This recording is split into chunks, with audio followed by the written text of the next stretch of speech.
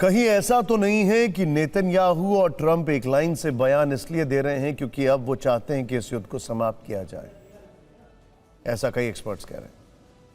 खैर, अब एक बार फिर से डोनाल्ड ट्रंप की उस बयानबाजी की बात जिससे वो किसी भी देश के मुखिया को एम्बैरस तो कर ही देते हैं, असहज कर देते हैं। कल ट्रंप जापान की प्रधानमंत्री साने तकाइची के साथ व्हाइट हाउस के ओवल ऑफिस में प्रेस कॉन्फ्रेंस कर रहे थे। और मैं आपको बता दूं, जापान की जो प्रधानमंत्री हैं ये बहुत बड़ी मेजॉरिटी से जीत कर आई हैं।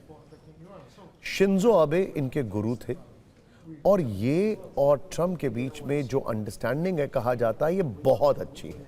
इस सब के बावजूद इस दौरान जापानी मूल के एक रिपोर्टर के सवाल पर ट्रंप ने द्वितीय विश्व युद्ध के दौरान हुई एक ऐसी घटना का जिक्र कर दिया जिससे जापान की प्रधानमंत्री साने तकाइची हैरान रह गई। पहले आप सवाल के साथ ट्रंप का जवाब सुनिए, फिर इसका पूरा एनालिसिस होगा। सुना आपने? अब कोई भी जो इंटरनेशनल इवेंट्स को समझता है, परखता है, इंटरनेशनल डिप्लोमेसी को जानता है, वो ये कहेगा कि ट्रंप से तो ये उम्मीद की जा सकती थी। रिपोर्टर के सवाल का मतलब था कि कम से कम ट्रंप को नेटो देशों को बताना चाहिए था कि वो क्या करने वाले। सिंपल सवाल था। इस पर ट्रंप ने जवाब दिया कि हम सरप्राइज करना चाहते हैं। इसके बाद ट्रंप ने कहा कि सरप्राइज के बारे में जापान से बेहतर कौन जानता है। जापान ने अमेरिका को पर्ल हार्बर पर हमला करने से पहले क्यों नहीं बताया था। इसके बाद साने तकाइची के चेहरे से मुस्कान गायब हो गई। पुराने जख्म को रेद रहे हैं। दरअसल पर्ल हार्बर जापान के इतिहास का सबसे संवेदनशील और अमेरिका के लिए कलंकित दिन माना जाता है।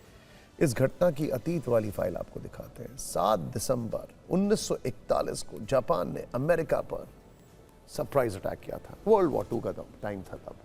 जापान ने हवाई द्वीप पर US Pacific fleet Pearl Harbor पर हमला किया। इसमें 2400 सैनिक मारे गए, 1000 सैनिक घायल हो गए। जापान ने एक साथ सैकड़ों फाइटर जेट से हमला किया। अमेरिका के 20 नेवी शिप, 8 बैटलशिप और 300 विमान तबाह हो गए। इसके कुछ घंटे बाद अमेरिका द्वितीय विश्व युद्ध में शामिल हो गया। जापान और अमेरिका की दुश्मनी 1945 में चरम पर पहुंच गई। अमेरिका ने हिरोशिमा और नागासाकी पर 2 परमाणु बम गिराए। अनुमान है कि हिरोशिमा में 1.5 लाख से 3.5 लाख लोग मारे गए। नागासाकी में परमाणु बम से हमले में 74,000 की जान गई। इसके कुछ दिनों बाद जापान ने बिना शर्त सरेंडर कर दिया। आपको बता दें कि 1940 के दशक में जापान एशिया में अपना साम्राज्य फैलाना चाहता था। कई इलाकों पर वो कब्जा कर रहा था। इससे अमेरिका नाराज हो गया। अमेरिका ने जापान पर कड़ा आर्थिक वार किया, तेल और जरूरी संसाधनों पर रोक लगाई।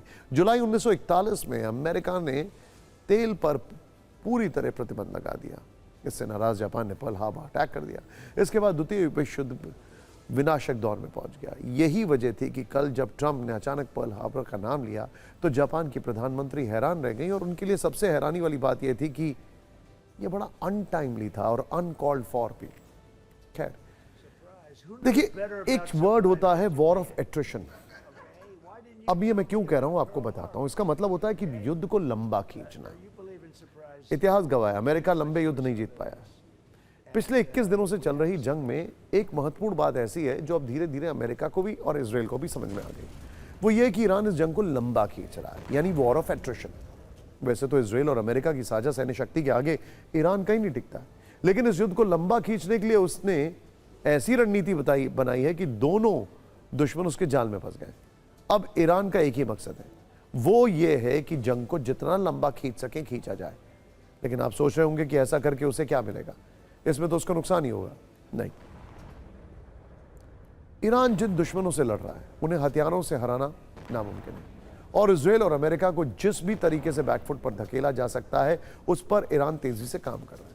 देखिए, ईरान जानता है कि अमेरिका और उसके सहयोगी लंबे समय तक महंगी जंग नहीं झेलना चाहते।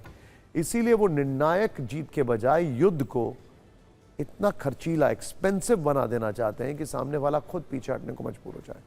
तेल की कीमतों में उछाल, सप्लाई चेन में रुकावट, क्षेत्रीय अस्थिरता, ये सब उसी रणनीति का हिस्सा है। ईरान को यह भी पता है कि यह जंग जितनी लंबी चलेगी, अमेरिका और इजराइल पर अंतर्राष्ट्रीय दबाव उतना ही ज्यादा बढ़ेगा। खासतौर पर वो देश दबाव बनाएंगे जो तेल के लिए खाड़ी देशों पर निर्भर हैं, और खासकर खाड़ी देश भी दबाव बनाएंगे। क्यों? क्योंकि इन खाड़ी देशों को अगर लॉस हुआ तो उनका इन्वेस्टमेंट पूरी दुनिया में, खासकर अमेरिका में, रुकेगा।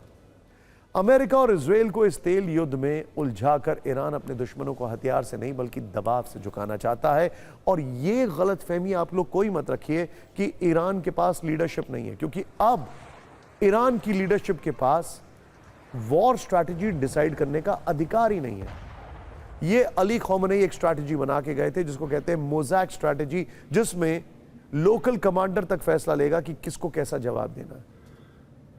खैर, जो दबाव की हम बात कर रहे हैं, बहुत जल्दी ये दबाव अमेरिका और इजराइल के ऊपर पड़ता दिख सकता है, क्योंकि इस जंग की वजह से वैश्विक स्तर पर तेल की सप्लाई बाधित हुई है। ईरान के मुकाबले अमेरिका और इजराइल की सैन्य ताकत बहुत ज्यादा है, लेकिन ईरान ने अपने लिए एक अलग रास्ता चुना है। छोटे छोटे हमले, ड्रोन वॉर, प्रॉक्सी ग्रुप्स और अलग अलग मोर्चों पर दबाव बनाकर उसने दोनों देशों को उलझा दिया है।